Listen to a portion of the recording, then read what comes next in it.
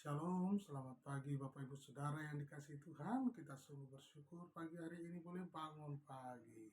Kita boleh bernafas, diberi kesempatan hidup oleh Allah untuk sampaikan kabar baik, memberitakan kabar baik, dan kabar baik.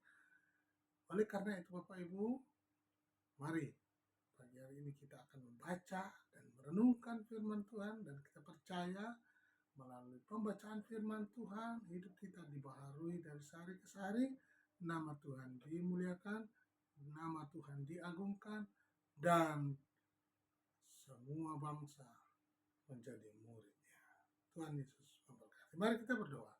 Terima kasih buat hari yang baru Bapa, terpujilah namamu, kami rindu membaca, dan biarlah pembacaan firman-Mu untuk membaharui hidup kami dari sehari ke sehari.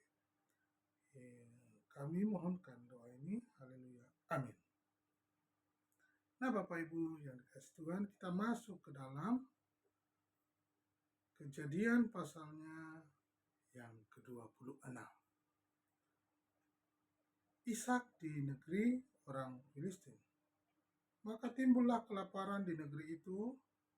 Ini bukan kelaparan yang pertama yang telah terjadi dalam zaman Abraham, sebab itu Ishak pergi ke Gerar kepada Abimelek, raja orang Filistin.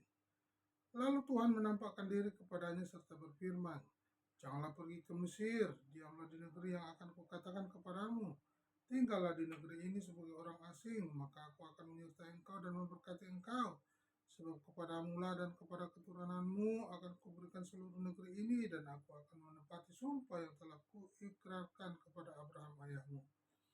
Aku akan membuat banyak keturunanmu seperti bintang di langit. Aku akan memberikan kepadamu keturunanmu seluruh negeri ini, dan oleh keturunanmu semua bangsa di bumi akan mendapat berkat.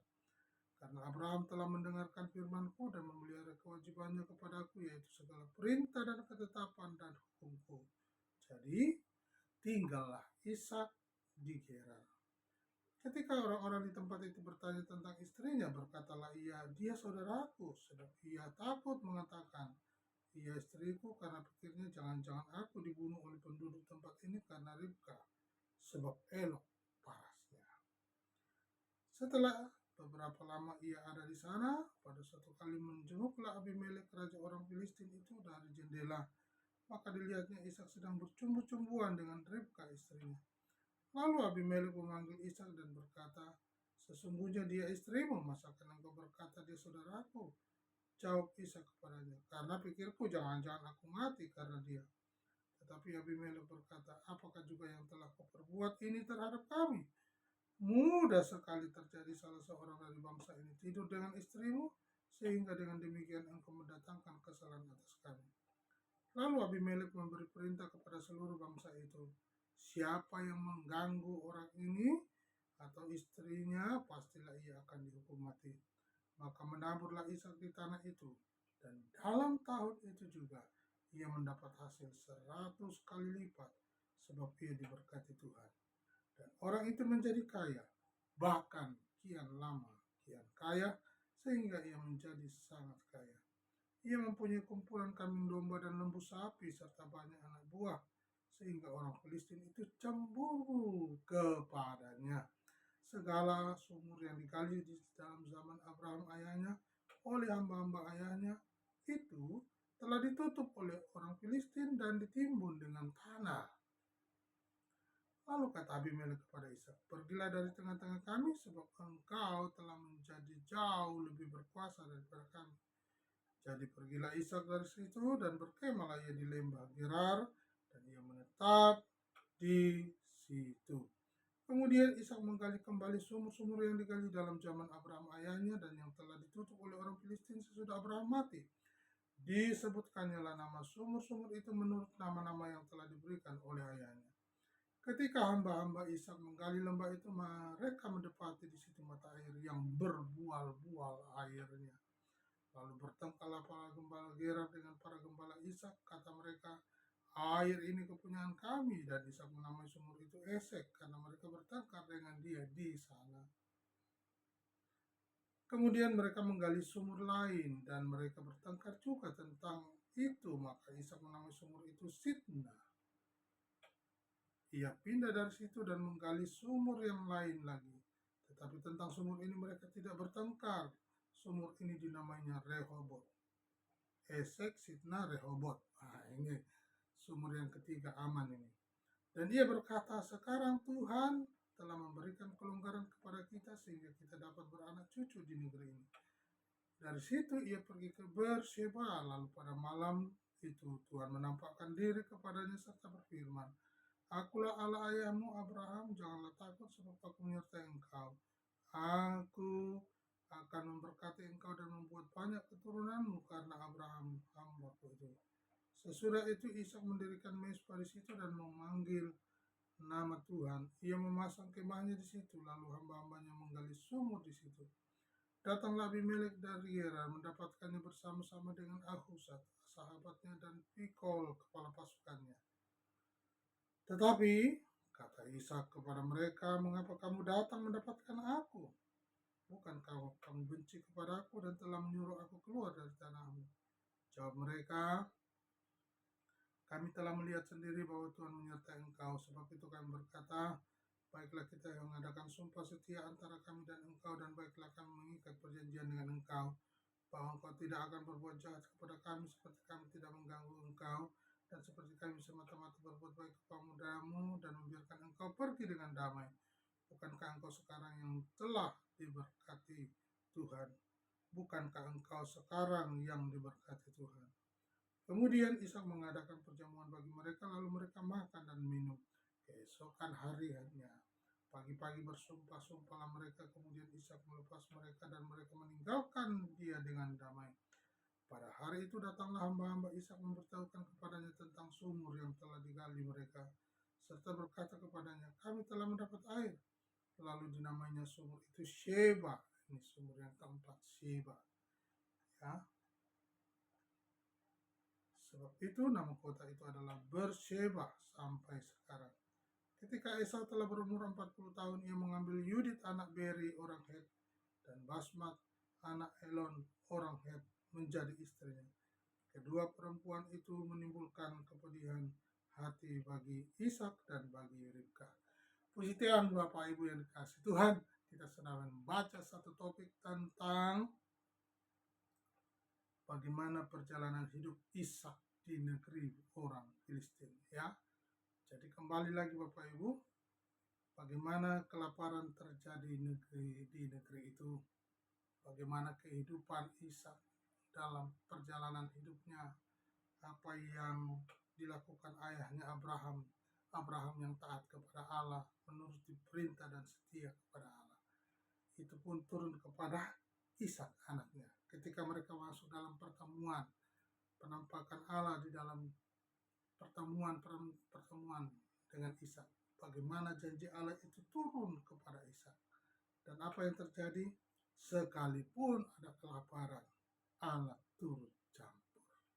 Sekalipun ada kesusahan, Allah turut campur. Jadi tidak hanya dalam keberkatan Allah memberkati, tetapi di dalam kelaparan, kesusahan, Allah juga hadir.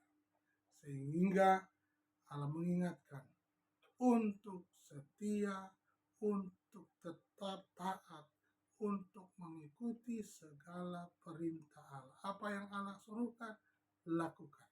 Apa yang Allah suruh kerjakan, kerjakan. Inilah Bapak Ibu yang menjadi pembelajaran kita pagi hari ini. Kedua, mengenai apa yang dilakukan oleh Ishak ketika dia menggali sumur yang pertama, ya. Lalu kemudian ada pertengkaran. Dia tidak mau ambil hal yang berlama-lama, dia kemudian pindah. Itu artinya mau mengalah. Setelah menggali lagi, kemudian apa yang terjadi? Diakui lagi sama penduduk setempat. Dan ini artinya bahwa Ishak dan orang-orangnya itu mengalah dan membangun lagi sumur yang lain. Bapak Ibu yang dikasih Tuhan, orang yang percaya kepada Allah adalah orang yang setia, orang yang taat, dan orang yang mau melakukan kehendak Allah. Ya, orangnya tenang, tidak seperti orang-orang yang ada di sekitar mereka. Apa yang terjadi? Sampai sumur ketiga digali pun akhirnya tidak ada pertengkaran di situ. Ya, sehingga sumur itu disebut Berseba. Ya. Nah, Bapak Ibu yang dikasihi Tuhan, yang ketiga mengenai apa yang dilakukan oleh anaknya Ishak ini. Siapa namanya? Esau. Ya, anak Ishak itu ada dua, Yakub dan Esau. Esau ketika umur 40 tahun, dan dikatakan ayat terakhir, Esau ini mengambil Yudit anak Beri orang Het dan Basmat anak Elon orang Het menjadi istrinya.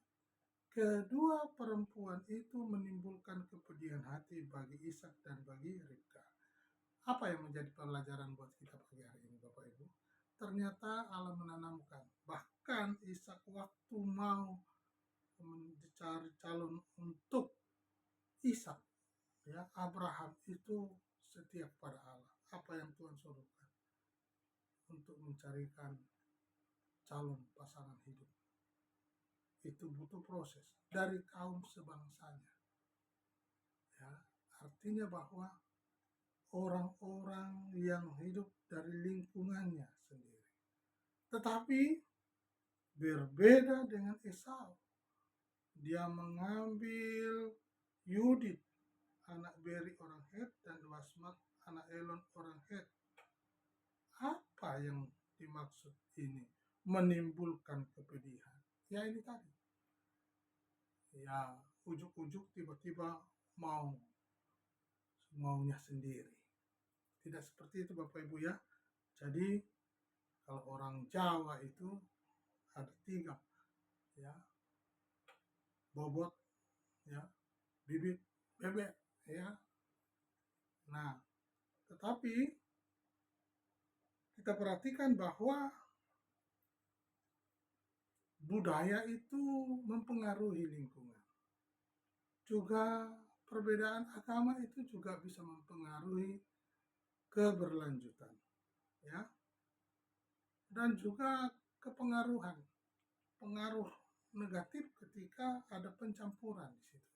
Sehingga inilah yang menyebabkan kepedihan hati bagi Ishak dan Ribka ketika Esau semaunya sendiri mengambil dua perempuan orang Het ini jadi istri. Nah, biarlah pagi hari ini kita semakin mau belajar bahwa kita harus tunduk dan patuh kepada Allah, setia kepada Allah, taati perintahnya. Ada prosesnya, tidak semaunya sendiri. Tetap setia, kerjakan apa yang Tuhan suruhkan, lakukan. Oleh karena itu Bapak Ibu, tetap semangat, sampaikan kabar baik, Tuhan Yesus memberkati.